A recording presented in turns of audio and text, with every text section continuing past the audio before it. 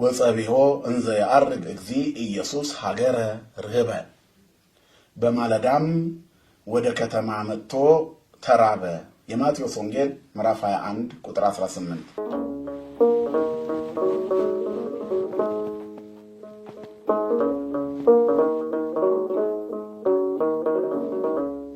የተወደዳችሁና እጅግ የተከበራችሁ በመላው ዓለም የምትገኙ ይህንን ምስል የምትከታተሉ ይህንን ድምጽ የምትሰሙ ኦርቶዶክሳውያን ክርስቲያኖችና ለወንጌልና ለአዲስ ኪዳን በጎ ፈቃድ ያላችሁ ሁሉ እንኳን ለሰሙነ ሕማማት የተቀደሰችው ሳምንት የመጀመሪያው ዕለት በሰላም አደረሳችሁ።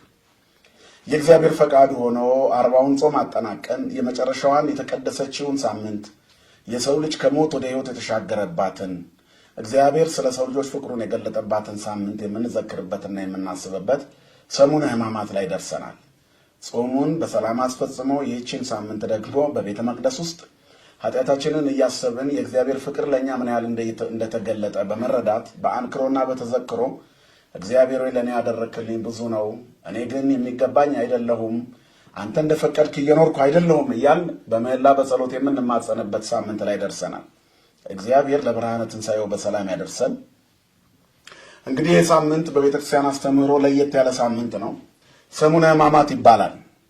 እግዚአብሔር ፍቅሩን የገለጠበት ሳምንት ነው። ሰሙነ ሕማማት ማለት እግዚአብሔር ፍቅሩን የገለጠበት፣ የሰው ልጅ መዳን የተፈጸመበት፣ እስራታችን የተፈታበት፣ ስብራታችን የተጠገነበት፣ መድኃኔዓለም ለዓለም ሁሉ ቤዛ የሆነበት፣ ራሱን በፍቅር የገለጠበት፣ በመስቀል ላይ ውሎ ከእስራት እኛን የፈታበት ሳምንት፣ የፈታበትን ታላቅ የፍቅር ስጦታዎችን የምናስብበት ሳምንት ነው። ሕማሙን፣ ሞቱን፣ ግርፋቱን፣ ስቅላቱን ሁሉ እያሰብን በዚህ ሁሉ መንገድ ውስጥ ክርስትና በምን ያህል በዋጋ በሚጠፋ ወርቅና ብር ሳይሆን ውድ በሆነ ዋጋ እንደተገዛን እሱም በገንዘብ በማይተመነው ውድ በሆነው በክርስቶስ ኢየሱስ በክርስቶስ በደሙና በከበረ ደሙ ፈሳሽነት በተቀደሰ ሥጋው ቁራሽነት እንደተገዛን እንደተዋጀን የምናስብበት ሳምንት ነው። ሰሙነ ሕማማት ይባላል።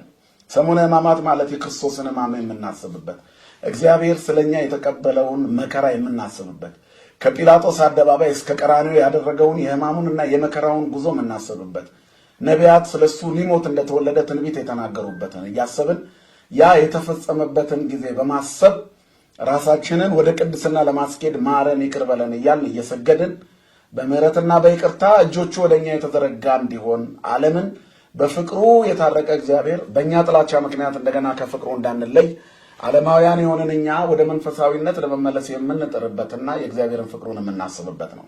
በ40ው ጾም ሰግደናል፣ በእርግጥ ጾመናል፣ ጸልየናል። ስግደት ብቻና ጸሎት ብቻ በማሰብ ከቅዳሴ ተለይተን የምንቆይባት ደግሞ እቺ ሰሙነ ሕማማት ወይንም የተቀደሰች ሳምንት ላይ ደርሰናል። ይህ ሳምንት ሰሙነ ሕማማት የሚባልበት ምክንያት የእግዚአብሔርን ሕማሙን፣ መከራውን፣ ግርፋቱን፣ ስቅለቱን፣ ሞቱን የምናስብበት ስለሆነ ነው። ሌላው ይህ ሳምንት የመጨረሻ ሳምንትም ይባላል። የመጨረሻ ሳምንት ማለት ጾሙን የምንፈጽምበት የጾሙ የመጨረሻ ሳምንት፣ የአብይ ጾም የመጨረሻ ሳምንት፣ የታላቁ ጾም የመጨረሻ ሳምንት ማገባደጃ፣ ወደ ትንሣኤው ከመድረሳችን በፊት ድልድይ መሻገሪያ፣ ከብሉይ ኪዳን ወደ አዲስ ኪዳን የምንሻገርበት የመጨረሻው ሳምንት ስለሆነ የጾሙ የመጨረሻ ሳምንት ነውና የመጨረሻ ሳምንት ይባላል። ሌላው ደግሞ የፍጥረት ሁሉ የአዳምና የልጆቹ የሲኦል የመጨረሻ ሳምንታቸው ነው። ዓርብ ዕለት ለነፍሳት በሲኦል ሄዶ ይሰብክላቸዋል ክርስቶስ። አዳምም ሱባኤውን ቆጥሮ አንድ ሳምንት የቀረበት ጊዜ ስለሆነ የመጨረሻው ሳምንት ይባላል። የሰው ልጅ በኃጢአቱ ምክንያት መንጸፈ ደይን ወድቆ የስርቃ አረፋ እየደፈቀ በመከራ ባህር ውስጥ ይሰቃያል፣ በሲኦል ይንከራተታል። ገነት በር ተዘግቷል። ስለዚህ በእመቤታችን የተከፈተው ገነት ፍጥረት ሁሉ የሚገባው ከማርያም ማኅፀን የተገኘው የዓለሙ መድኃኒት ክርስቶስ ገነትን የሚከፍትበት፣ ሲኦልን የሚመዘብርበት የፍጥረታት የሲኦል የመጨረሻ ሳምንታቸው ነው። ሲኦል ሊዘጋ አንድ ሳምንት ቀርቶታልና የሲኦል የመጨረሻዋ ሳምንት ተብሎ ይታሰባል። የሲኦል ቆይታ የመጨረሻ ሳምንት፣ የአዳምና የልጆቹ የሲኦል ቆይታ የመጨረሻ ሳምንት ነው። ሌላው ደግሞ የዘመነ ስጋዌ እግዚአብሔር በስጋ ተገልጦ 33 ዓመት ከ3 ወር በምድር ላይ የተመላለሰበት የመጨረሻ ሳምንቱ ነው።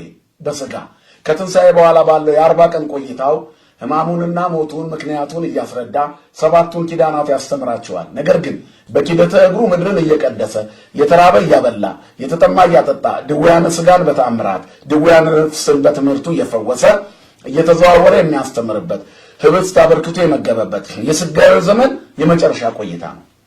ፍጥረት በመንጸፈ ደይን ወድቆ ያንን ፍጥረት ሊፈታው እግዚአብሔር በስጋ የተገለጠበት የመጨረሻው የስጋዊ ዘመን ቆይታ ስለሆነ የመጨረሻ ሳምንት ይባላል። ከዚያ ብቻ አይደለም።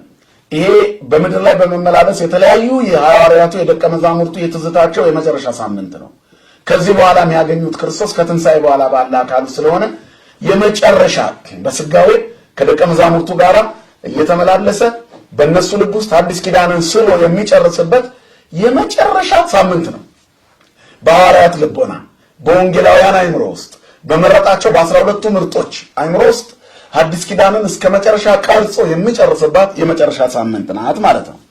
ስለዚህ የመጨረሻ ሳምንት ነው። ሌላው በሰውና በእግዚአብሔር መካከል ያለው የጥል ግድግዳ የመጨረሻ ሳምንቱ ነው። ዓርብ ዕለት ይፈርሳል። በሰውና በእግዚአብሔር መካከል ያለው የጥል ግድግዳ ዓርብ ይፈርሳል። ከዚያ በኋላ አዲሱ የአዲስ ኪዳን ሳምንት ከትንሣኤ በኋላ ያለው አዲሱ ተፈጥሮ የሚጀምርበት ሳምንት ነው። ስለዚህ ይሄ ሳምንት የመጨረሻ ሳምንት ይባላል።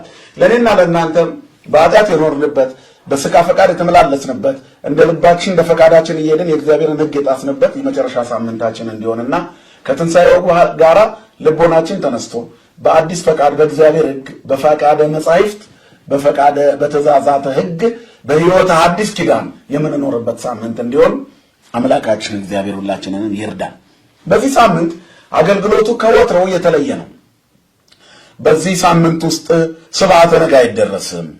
በነግ በሰለስት በቀትር በተሰዓት እንደዚሁም በሰርክ ምዕመናንና ካህናት በቤተ መቅደስ ይሰበሰባሉ፣ ይሰግዳሉ፣ ይጾማሉ፣ ይጸልያሉ፣ ማረን ይቅር በለን እያሉ ነቢያትና ዳዊት ነቢያትና ሶሎሞን ይነበባሉ፣ ብሉያት ይነበባሉ፣ ከክርስቶስ ጋር የተገናኙ ዜማዎች ይዜማሉ። አባታችን ቅዱስ ያሬድ ለዚህ ብሎ ያዘጋጀው ሕማማቱን የሚያዘክሩ ዝማሬዎች ይዘመራሉ፣ መዝሙራት። ከዚያ ባሻገር እና አባ ጊዮርጊስ ዘጋስጫ የደረሱት ታላቁ የቤተ ክርስቲያናችን የሰሙነ ሕማማት አሳዛኝ ዜማ መልክአ ሕማማት ይዜማል።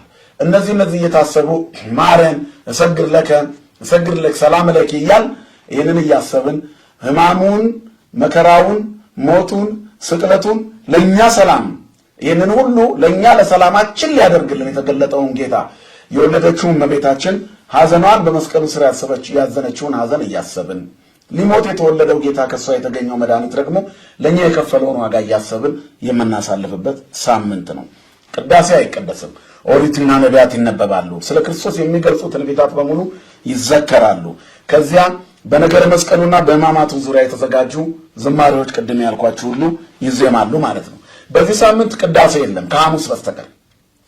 ዕለተ ሐሙስ መድኃኒተ ዓለም ኢየሱስ ክርስቶስ ስጋውን ቆርሶ ይህ ስለናንተ ህብስቱን ቆርሶ ስለናንተ የሚሰጥ ስጋዬ ነው ብሎ ስርዓተ ቅዳሴ የሰራበት ሳምንት ስለሆነ ዕለት ስለሆነ የመጨረሻዋ የአዲስ ኪዳን መገለጫ የመጨረሻዋ ሐሙስ በአዲስ ኪዳን ጌታ በመዋዕለ ሥጋዌ ተገልጦ ለትውልዱ ሁሉ በትንሣኤው ትንሣኤ ልቡናን ሊሰጥ አዲስ ኪዳንን በደሙ ሊመሰርት የመጨረሻዋ ከስቅለቱ በፊት ያለችዋን የመጨረሻዋን ሐሙስ ስርዓተ ቅዳሴ ሰርቶላቸዋል። ስለዚህ ያንን ያደረገውን ስርዓት ለማሰብ ቅዳሴው ይቀደሳል። ከወትሮ የቅዳሴው ስርዓት ራሱ ለየት ያለ ነው። ከኦሪት ወደ ሐዲስ ከብሉይ ወደ ሐዲስ የምንገባበት ከኦሪት ወደ ወንጌል የምንሻገርበት ስለሆነ የቅዳሴው መስመር ሂደቱ ለየት ባለ ሁኔታ ነው። ከዚያ በተረፈ ከሰኞ እስከ ዓርብ ባሉት ሳምንታት ከሐሙስ በስተቀር ቅዳሴ የለም። ስብዓተ ነግ አይደረስም። የነግ ምስጋና አይደረስም። ጸሎተ ፍታት የለም። በዚህ ሳምንት ሰው ቢሞት በቤተክርስቲያናችን ስርዓት የሆሳዕና ዕለት ይህ ስርዓት ይደረሳል። በጠቅላላ የህዝበ ክርስቲያኑን ነፍስ ማረልን ይባላል። መሐራ እግዚኦ ለነፍስ ኩሎም ህዝበ ክርስቲያን መሐረኖ ተሳሃሎ ለነፍስ ኩሎም ህዝበ ክርስቲያን ክርስቲያኖችን ሁሉ ማራቸው ይባላል። በሳምንት ውስጥ ለሚሞቱ ሰዎች ሁሉ የሚደረገው ጸሎት በማየ ጸሎት ይዘጋጅና በገጠሪቷ ባለችው ቤተክርስቲያን በተለይ ጸሎተ ፍታት የተደረሰበት ማይ ተከድኖ ይቀመጥና በሕማማት ውስጥ የሚሞት ሰው ካለ በሱ በተጸለየበት ማይ ተረጭቶ እንዲቀበር እንደሚደረግ በቤተ ክርስቲያናችን ከልጅነታችን ጀምሮ ስናይ ኖረናል። የሚደረግን ስርዓት ነው። በተረፈ ለሚሞቱ ሰዎች ሁሉ አስቀድሞ በሕማማት ውስጥ ለሚያርፉት ጸሎተ ፍታት ቀድሞ ይደረጋል። ስማቸው ሳይጠራ ህዝበ ክርስቲያንን በዚህ ሳምንት የሚያርፉትን ጌታ ሆይ ነፍሳቸውን ተቀበል ብለን ከአዲስ ኪዳን በአዲስ ኪዳን ውስጥ ብንሆንም ኦሪቱን የምናስብበት ሰሙነ ሕማማት ውስጥ እንገባለን ማለት ነው። ጥምቀትና ክርስትና አይፈጸምም። ልጆች 40 ቀናቸው 80 ቀናቸው ቢደርስ እንኳን ተሻግሮ ከትንሣኤ በኋላ ባሉት ሳምንታት ነው ስርዓተ ጥምቀት ወይንም የክርስትና የሚፈጸመው። የታመሙ ሰዎች ጸበል ቤቶች ዝግ ናቸው፣ አይፈጸምም። አንዳንድ ቦታዎች ላይ ትንሽ በትምህርትና በስርዓተ ቤተክርስቲያን እጥረት ምክንያት አንዳንድ ካህናት ለማጥመቅ ሲሞክሩ ይታያል። ይሄ ከስርዓተ ቤተክርስቲያን ውጪ ነው ማለት ነው። በዚህ ሳምንት ምንም አይነት ጥምቀትና ክርስትና አይፈጸምም።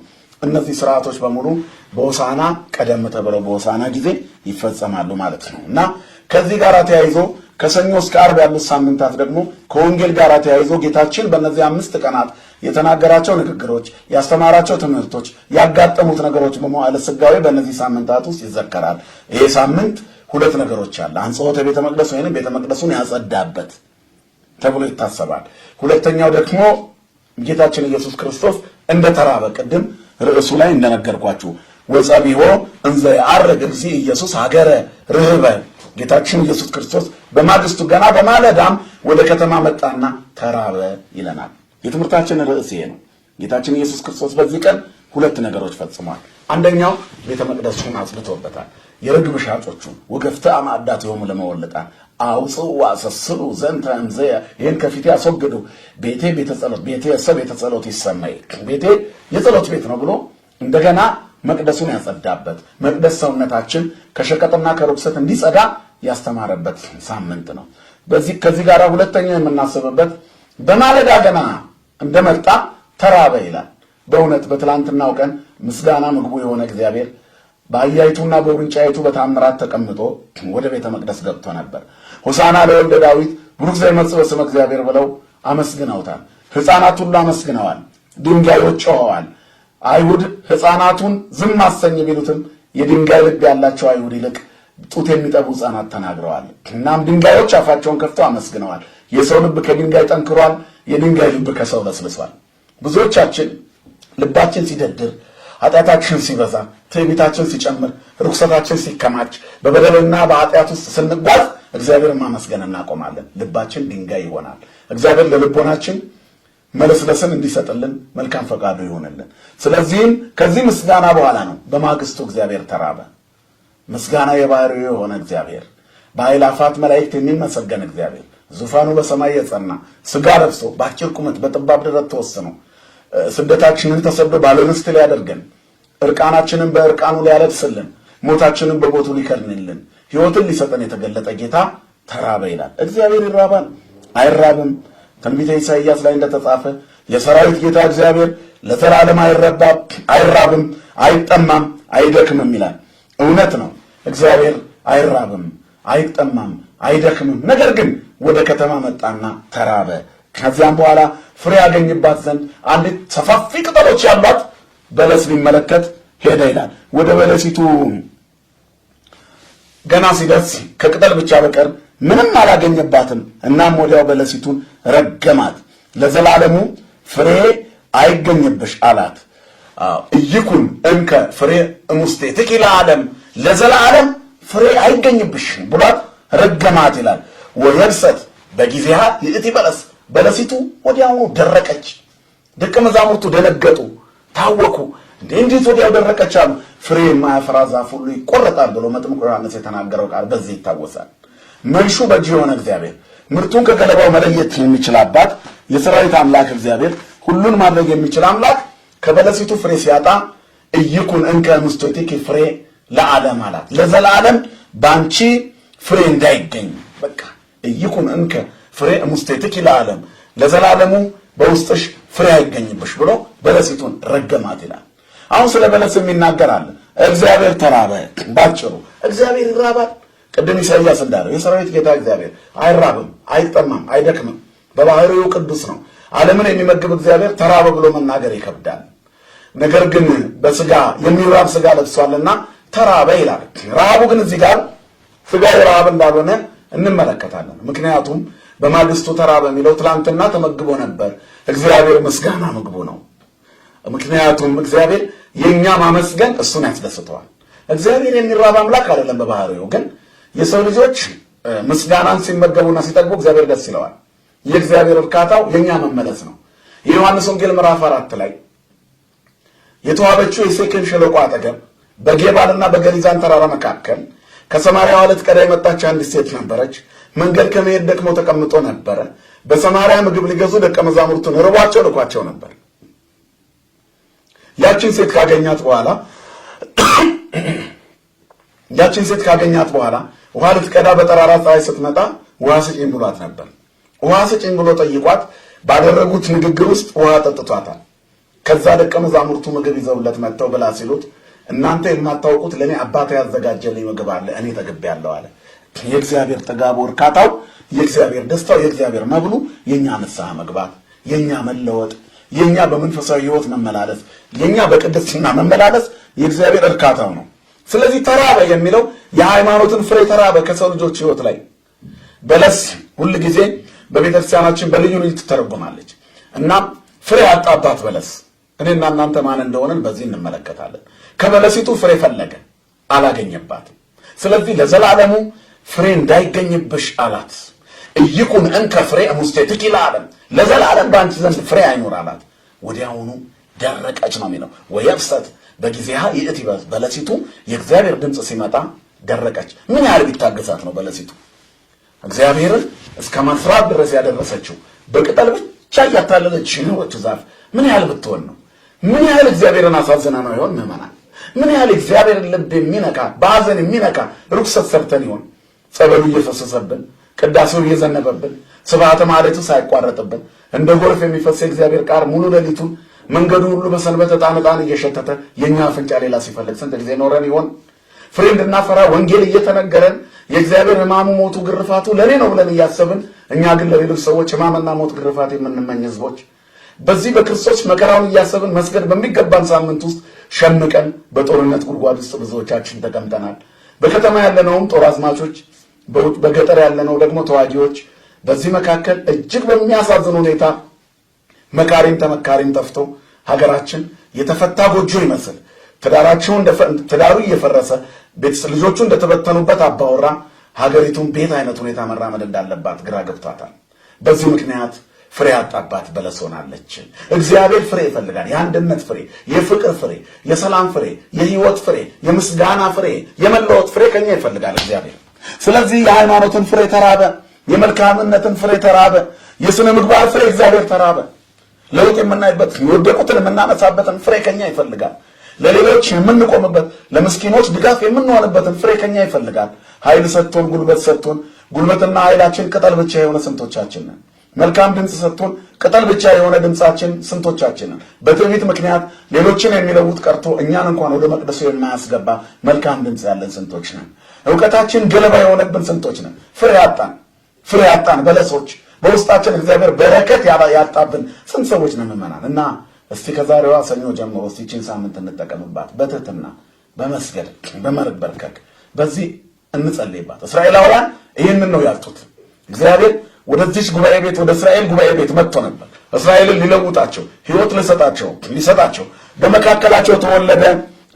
ነገር ግን ቤተ እስራኤል አዲስ ኪዳንን ለመቀበል ዝግጁ አይሆኑም። የእስራኤል ጉባኤ በሙሉ የሚያስበው ክርስቶስን እንዴት እንደሚሰቅል ነው። ስለዚህ በለስ ብሂል ይላል ቤተ እስራኤል ውእቱ፣ የእስራኤል ቤተ እስራኤል እሙንቱ ይላል። በለስ ብሂል ቤተ እስራኤል እሙንቱ። በለስ ማለት የአይሁድ ጉባኤ ቤት ነው ይላል። ቤተ እስራኤል ናቸው የእስራኤል ቤተሰቦች፣ አይሁዳውያን፣ ጸሐፍት ፈሪሳውያን፣ መጻሕፍትን እናውቃለን ያሉ ዕውቀታቸው ገነት ያላስገባቸው የአዲስ ኪዳኗ ቤተክርስቲያን ደጅ አላደርሳቸው ያለ በትዕቢት የተሞሉ የእስራኤል ጉባኤ ቤት ለምጻም ሲያነጻ፣ ሙታን ሲያስነሳ፣ የሰዎችን ቅድስና ሕይወት ሲገነባ፣ የታሰሩትን ሲፈታ፣ አጋንንት ያደረባቸው ነጻ ሲያወጣ በቅናት የሚከተሉ ቤተ እስራኤል ናቸው። በለስ ብሂል ቅጠል ብቻ ለብሰው ብቻ የሚታዩ የቃል እግዚአብሔር ዕውቀት ብቻ ለውጥ የማይታይባቸው ቤተ እስራኤል ናቸው። እግዚአብሔር በእስራኤል ጉባኤ ቤት የሚያሻውን አላገኘም፣ የፈለገውን አላገኘም እና አዘነ። ተርቦ ነበር። በቤተ እስራኤል ለውጥ ተርቦ ነበር። ለውጣችንን ፈልጎ ሕይወታችንን ፈልጎ እግዚአብሔር ተርቦ ነበር። እግዚአብሔርን አላጠገብነውም። ከኛ የሚፈልገውን የሃይማኖትን ፍሬ ምግብ አልሰጠነውም። ከኛ የሚፈልገው የምስጋናችንን ፍሬ ምግብ አልሰጠነውም። ከኛ የሚፈልገው የከንፈራችንን ፍሬ ዝማሬ አልሰጠነውም። ከኛ የሚፈልገው ድሆችን የማንሳት፣ ምስኪኖችን የመደገፍ፣ ያጡትን የመጎብኘት፣ የታመሙትን የመጠየቅ፣ የታሰሩትን የማስፈታት፣ በአንድነትና በፍቅር የመኖር የምግባር ፍሬ እግዚአብሔር ከኛ ፈልጎ አላገኘም። እስራኤል ላይ ይሄንን አላገኘም። ስለዚህ ምድርን ሊቀድሳት ቢመጣ የተቃውሞ ጉባኤ በዛበት። እናም የእስራኤልን ጉባኤ ቤት ረገመው። ቤታችሁ የተፈታው ነው ይቀርላችኋል ይላል የማቴዎስ ወንጌል ምዕራፍ 23 ቁጥር 28። እናንተ የአባቶቻችሁን ከረጢት ሙሉ። አባቶቻችሁ ነቢያትን ገድለዋል፣ እናንተ ደግሞ አሁን እኔን ትገድላላችሁ። ቀጥሉ፣ የአባቶቻችሁን ከረጢት ሙሉ። ከረጢቱ አፉ ላይ ደርሷል፣ እኔ ስጨመርበት ሙሉ ይሆናል። የግፋችሁ ገደፍ ጫፍ ደርሶ ሞልቶ ይደፋችኋል። እናንተ ቤታችሁ የተፈታ ሆኖ ይቀራል ብሎ ተናገረ። ፈርዖንን እናስበው። ሕዝቤን ልቀቅ፣ እስራኤልን ልቀቅ ብለውት ነበር። እግዚአብሔር እንዲህ ይላል አሉት እነ ሙሴ። እግዚአብሔር ማን ነው አለ። እግዚአብሔርን አላውቅም፣ እስራኤልን አልለቅም አለ። የእስራኤል ግፍ እግዚአብሔር በትዕግስቱ እስከ አፍ ገደፉ ሞላ። የቤቱን በኩር መታ። ከለቀቀም በኋላ ጫፉ ሞልቶ ስለፈሰሰ ፈሶ የደም ጎርፉ እስከ ኤርትራ ባህር ዳርቻ አምጥቶ አሰጠመው። የብዙዎቻችን የኃጢአት ጎርፍ አምጥቶ እዚህ እንዳይተወን ያስፈራል። ስለዚህ በለስ ማለት ቤተ እስራኤል ነው። የእስራኤል ቤት ነው፣ ጉባኤ ቤት ነው። ቤተ እስራኤልም ሙንቱ እነሱ ናቸው። ለአመፅ ብቻ የሚሰበሰቡ፣ ለዘረኝነት የሚሰበሰቡ፣ ለጦርነትና ለግፍ የሚሰበሰቡ፣ ለተቃውሞ የሚሰበሰቡ፣ ለግፍ የሚሰበሰቡ፣ ድሃ ለመበደል የሚሰበሰቡ ያቺ ጉባኤ ናት። ዛሬም በሀገራችን ስንት ጉባኤዎች አሉ። የተቃውሞ ጉባኤው በዛው ልክ ነው። የመንግስቱን ጉባኤ በዛው ልክ ነው። የፍትህ ጉባኤ ነው ተብሎ የብዙ ምስኪኖችን እንባ የሚያበዛ ብዙ መከራዎችን የሚያበዙ አይደሉም። የተፈታ ሆኖ ይቀራል ይላል እግዚአብሔር።